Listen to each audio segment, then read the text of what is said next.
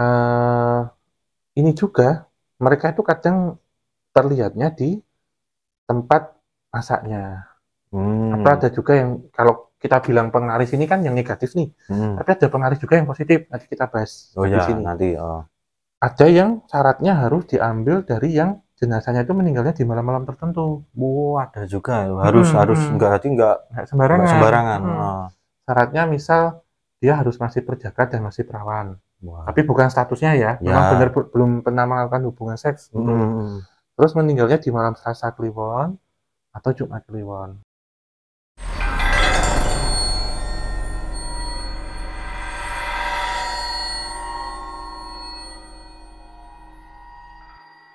Bismillahirrahmanirrahim. Assalamualaikum warahmatullahi wabarakatuh. Salam rahayu, rahayu, rahayu bagi kita semuanya. Nah, bertemu lagi dengan kita berdua di kakak adik kolaps. Nah, ini kan sesuai janji kita kemarin, kita memang akan banyak ini kolaborasi nongol lagi gitu ya. Dan kita akan membahas yang baru-baru inilah, yang viral, yang kira-kira tuh banyak teman-teman yang ingin tahu gitu ya Om ya. Dan kemarin ini saya belum lama ya Om itu penasaran sih Om tentang apa ya, penglaris restoran atau apa gitu loh Om. Iya. Nah, mungkin sebelum kita jauh membahas ini ya Om ya, mungkin bisa dijelaskan dulu lah itu makna dari penglaris dulu itu apa sih Om? Iya. Penglarisnya seperti namanya ya, bikin laris gitu. Oh ya, laris, bikin ya, laris. kata laris. Biasanya untuk jual beli. Jadi jual beli ini sebenarnya luas, bisa jual beli tanah, bangunan, rumah, kendaraan, kuliner contohnya, ataupun jual beli apa-apalah macam-macam. Tapi ini disclaimer, kita menceritakan pada kasus yang pernah kita temukan. Jadi sifatnya bukan generalisir. Gitu. Jadi ini cuma gambaran aja ya. Nanti kalau ada ciri-ciri pun itu juga disclaimer juga. Dan di sini kita tidak akan menyebut merek, tidak menyebut tempat. Jadi biar menghindari fitnah ya. Tapi apa yang kita ceritakan sesuai dengan yang dulu pernah kita temui. Ya, betul. Dan pasti semua orang pasti sering jajan gitu ya. Jadi kalau dalam hal ini tentunya ada pengasihan, ada penglaris, ada pesugihan. Nah, pengasihan itu untuk welas asih agar orang itu kasihan. Penglaris ini untuk ngelarisin dagangan. Pesugihan berarti untuk sugih itu kaya, kekayaan. Nah, contohnya dalam kasus ini misal pengasihan. Pengasihan itu contohnya seseorang yang menggunakan amalan ini bisa dengan banyak media ataupun dengan doa rapalan tertentu gitu. Nah, ini contohnya gini, misal kita mau beli rokok nih, atau mau beli apalah, roti gitu. Di sebelahnya ada minimarket. Di sebelahnya ada warung kecil yang jual ibu-ibu sepuh. Kita mau beli itu, terus kemudian kita beli ke warung itu. Itu namanya pengasihan. Gitu. Jadi beli tanpa ada satu tendensi atau sesuatu hal yang terlalu besar. Gitu. Terus kalau penglaris itu berarti membuat ini laris secara sugesti hipnotis. Tuh, misalkan ada yang kita itu ketika makan tuh pengen makan terus gitu. Pengen ke situ terus gitu. Pengen ke situ terus yang berikutnya adalah pesugihan. Kalau pesugihan ini juga bisa untuk hal-hal dagang-dagangan juga bisa. Maskur gitu. Tapi kalau pesugihan ini tentunya menggunakan satu pihak yang dia sifatnya terikat tetap. Gitu. Dan tentunya di sini kan namanya pesugihan pasti ada tumbal. Betul. Bedanya itu. Kalau penglaris juga ya ada gitu, tapi nggak semasif atau sekuat pesugihan. Nah, ini kalau kita lihat tentang penglaris dalam industri makanan gitu ya, ada banyak medianya. Nah, itu apa aja? Misalkan ada dari orang mati medianya. Dari orang yang sudah meninggal gitu. Dari orang mati meliputi misal ada tali pocong, bagian tubuhnya atau tanah kuburan. Terus kemudian dari benda-benda tertentu, seperti halnya ada pakaian dalam dipakai bisa. Terus kemudian ada jimat-jimat yang dipakai ataupun ini apa ya? Modelnya jimat lah gampangannya ya. Jimat ya. Yang di sini ada kodam jin kodam atau jin pembantunya yang menempati. Nanti biasanya dia akan manggil Ngambil gitu. Nah ini kisah ceritanya kalau yang apa tadi dari benda itu, dari benda orang meninggal itu, ada yang syaratnya harus diambil dari yang jenazahnya itu meninggalnya di malam-malam tertentu. Ada juga harus nggak sembarangan. Syaratnya misal dia harus masih berjaga dan masih perawan. Tapi bukan statusnya ya, memang benar belum pernah melakukan hubungan seks. Terus meninggalnya di malam Selasa Kliwon atau Jumat Kliwon. Yang ketiga, kalau bisa meninggalnya nggak wajar. Gantung diri atau apa suicide, pembunuhan ataupun kecelakaan gitu. Nah ini yang membuat kemudian orang yang meninggal di waktu-waktu itu harus dijaga makamnya selama 40 hari bahkan lebih. Karena menghindari dari pencurian. Kalau diambil itu tadi pencurian, karena itu juga bisa dibaca macam-macam. Nggak hanya untuk pengaris pesugihan, tapi juga bisa untuk kekebalan, untuk maling, untuk jimat-jimat syarat gitu ya. Jadi ini sedikit cerita ya, kalau yang di kuburan tuh misalkan yang jaga ini kan orang nih 24 jam. Nah pelakunya ini juga memiliki kemampuan ajian-ajian tertentu. Nah bisa disirep gitunya. Biar tidur yang jaga gitu biar tidur. Terus orangnya ini kemudian nanti berubah menjadi gugup atau berubah menjadi macan, jadi jadian. Jadi waktu bongkar kuburan tuh nggak boleh pakai sekop atau nggak pakai alat gitu ya. Jadi harus pakai tangan gitu. Setelah sampai juga ngambilnya nggak boleh pakai tangan ini atau pakai alat, pakai mulut digigit gitu. Terus keluar dari ini kan jadi hewan jadi-jadian, nanti keluar dari kuburan baru jadi manusia. Gitu. Nah ini biasanya rendamannya itu nanti dipakai untuk campuran masakannya, atau digantung di tempat tertentu. Misalkan ngambil tali pocong, ngambil bagian tubuh misalkan telinga atau apa, tangan atau apa, itu nanti berjimat. Di tempatnya laris. Nah ini ada yang lihat di malam-malam tertentu tempat usahanya itu terlihat banyak pocong di situ. Bahkan ada yang ketika makan diludahi sama pocong gitu. Nah ini juga ada khasiat lain. Tanah kuburan itu juga bisa menghancurkan usaha seseorang. Buat musuh ataupun apa saingan. Saingan sesama gitu kayak. Nah, terus waktu itu kan ditaburkan ya. Jadi kemudian makanannya itu tiba-tiba basi. Jadi dimasaknya jam 7 pagi, jam 9 udah basi. Udah molor itu. Terus sering tercium bau nggak sedap, bau bangkai. Jadi kalau pengunjung makan di situ nggak enak karena mencium bau tadi gitu. Terus tanah kuburan itu kan maknanya adalah sepi kuburan. Jadi tempat itu biar sesepi kuburan. Yang seperti itu juga Mas Pur. Betul. Bahkan kadang lewat itu kayak buka tapi tutup gitu ya, juga. Karena ada yang dengan kain pocongnya itu nutup semua warungnya. Jadi saat orang mau lewat kok tempatnya tutup. Iya betul. Itu mungkin ini Sobat Javanika atau Sobat Mas Pur Channel sering mengalami hal ini yang dagang. Ada orang beli kok nggak lihat gitu, atau kok makanannya cepat basi, bukan kotornya nggak higienis ya, ataupun sering bau-bau bangkai, masuk itu hawanya singup, nggak enak, itu mungkin bisa kena guna-guna tanah kuburan juga. Gitu ya. Dan mungkin kalau yang terkena seperti itu tuh ada ciri-cirinya nggak sih Om? Ini yang terkena ini ya guna-guna tanah kuburan ya. Tanah kuburan itu ada cirinya nggak sih? Ya biasanya akan mendapatkan penurunan omset yang sangat drastis. Sepinya luar biasa. Itu tadi ciri-cirinya masaknya ini udah bersih, udah higienis, tapi kok cepet basi. Terus orang makan di situ kayak nggak enak gitu ya, maksudnya cepet dingin, terus sepinya itu kayak tanah kuburan. Dan di malam-malam tertentu kadang orang melihat pocong ada di situ. Itu salah satu cirinya yaitu ditutup. Misal ada customer atau mau makan tutup, padahal yang jualan ada buka.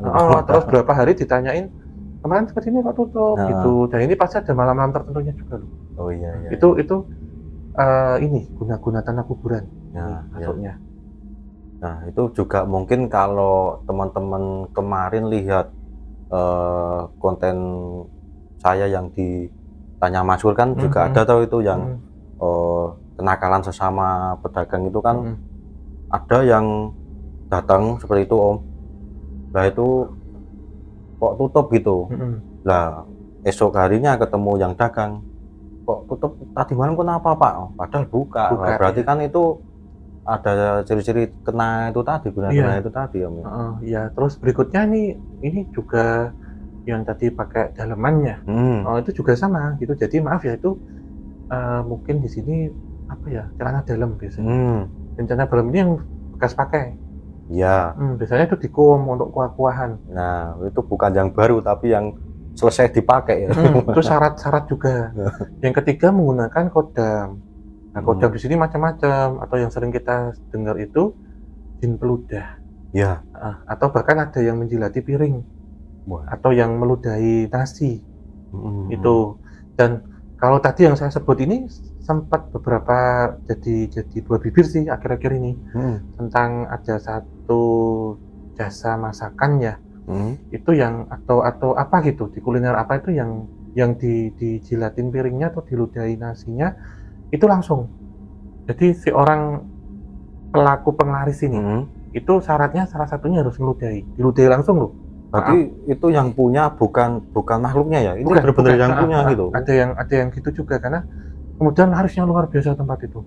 Gitu. Dan itu juga kadang gini ya, ada satu entitas yang kayak tuyul gitu, warnanya hijau kecil-kecil itu sering meludahi makanan, atau setelah makanan itu disajikan sebelum kita santap itu diludahi atau dicelup-celupin gitu. Nah ini kadang kalau orang yang berbaca doa dulu dia nggak mau, nah itu karena sudah ke filter, sudah ke protek, gitu. Dan ini juga mereka itu kadang terlihatnya di tempat masaknya. Atau ada juga yang kalau kita bilang penglaris ini kan yang negatif nih, tapi ada penglaris juga yang positif, nanti kita bahas di sini. Terus ada juga yang menggunakan air rendaman kaki.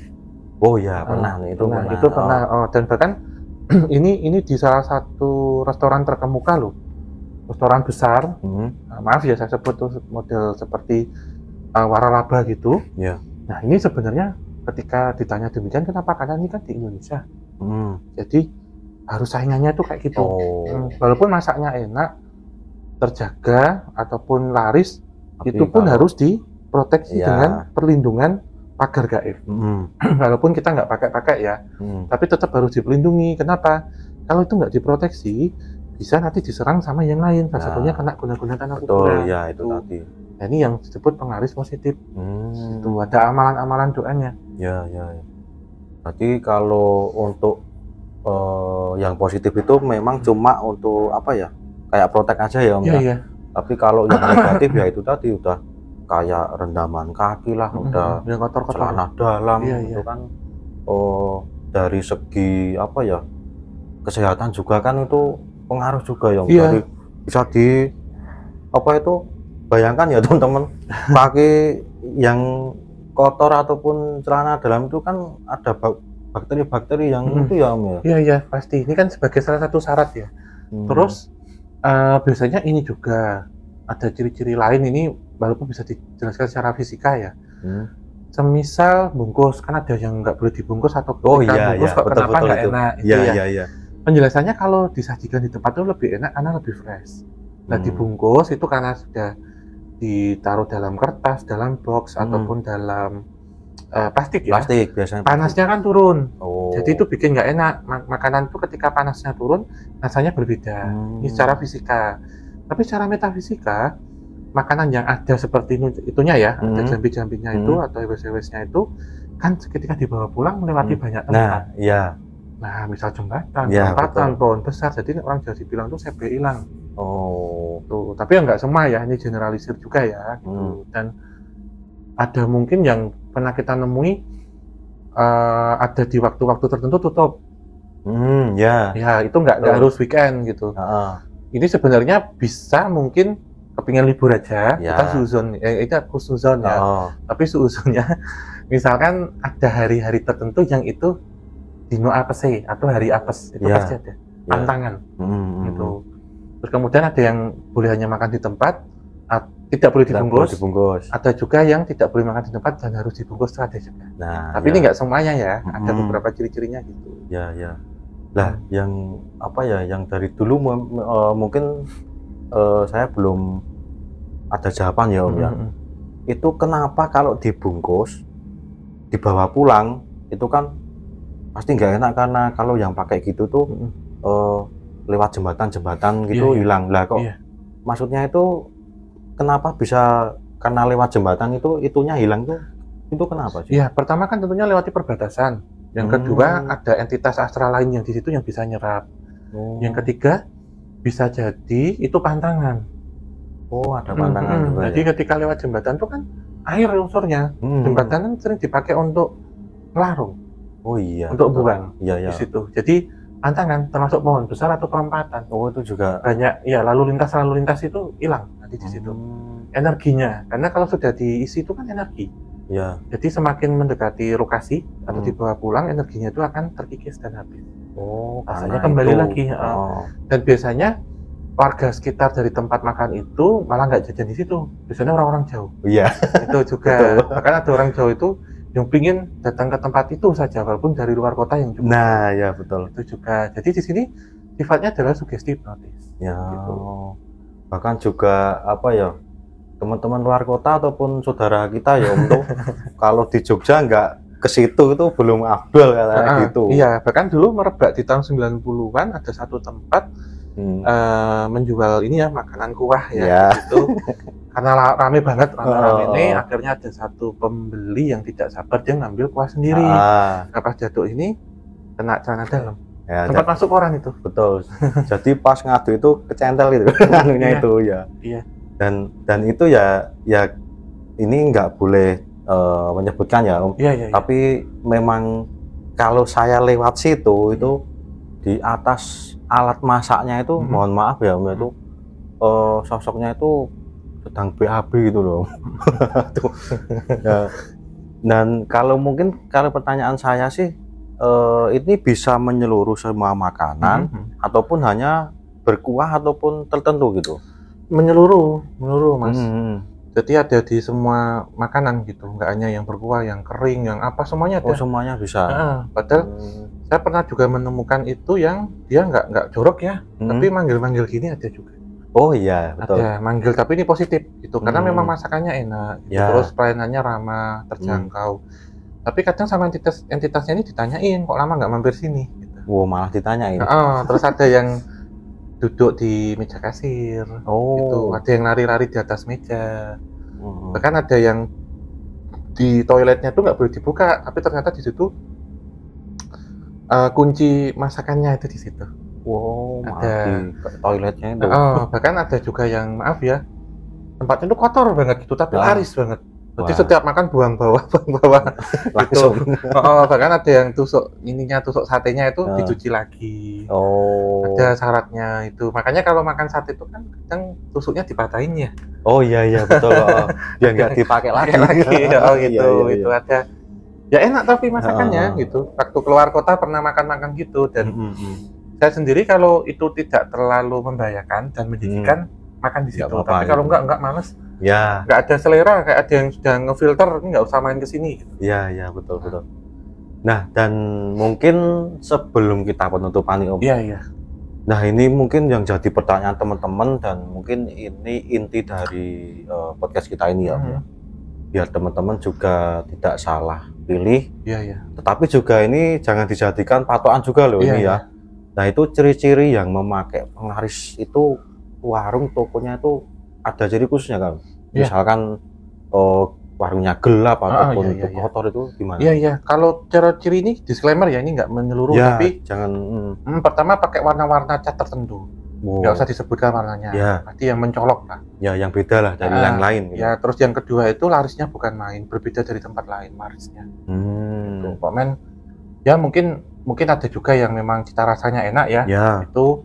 Tapi ada juga yang itu tadi buka di malam tertentu, di jam-jam tertentu, terus saklek waktunya, misalkan jam 9 ya harus jam 9, nggak boleh lepas dari itu.